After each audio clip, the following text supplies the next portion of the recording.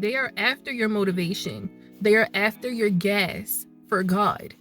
And I say that because God definitely let me have this dream a couple nights ago. I was on a bus stop with my daughter, and for some reason the bus was like stalled. Like the bus wasn't even moving. It wasn't coming. And then it switched. You know how dreams switch to a different scene? It switched to a different scene, but we were in a car at the same bus stop. So it was like, why were we not in the car in the first place? Why are we on a bus stop waiting for a bus if we can get in a car? But while we were in the car, it wasn't moving. The car was not moving for some reason. Me and my daughter was in the car. She was in the driver's seat. I was in the passenger seat, and she's not old enough to drive, but that's what was happening in the dream. And then it was like we got surrounded. The car was surrounded by people who were like upset that we were there. They were upset that we were, just there. Like, I'm like, we just waiting on the bus.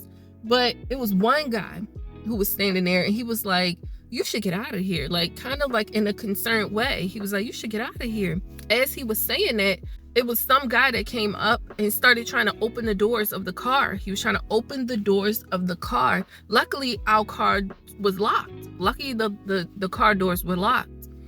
And since he couldn't open the doors, he started to try to siphon the gas out of the car. He started trying to take the gas out of the car. So I'm like, Corey, we gotta go. We gotta get out of here. We gotta go, daughter.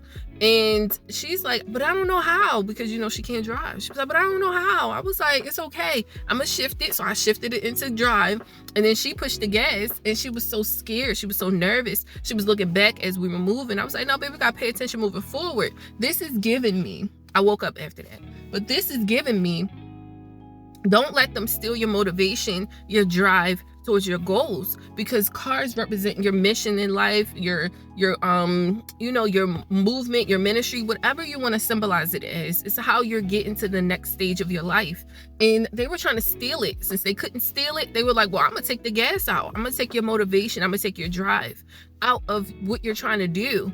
And I felt that for days. Like, if you look at the last couple of days that I posted, last couple of videos, I was just not there. I was just not feeling well. I was feeling unmotivated. I was feeling unenthused. I was feeling like off track. And I don't like when I feel like that, but I know that I was feeling that. So what came to me, the verse that came to me was Micah 7:7. And this is me trying to remember. I don't have the Bible in front of me, but it says, but for me, I will wait expectantly for my God. My God will hear me. Don't quote me. I'll probably put it up here. I definitely will put it up here.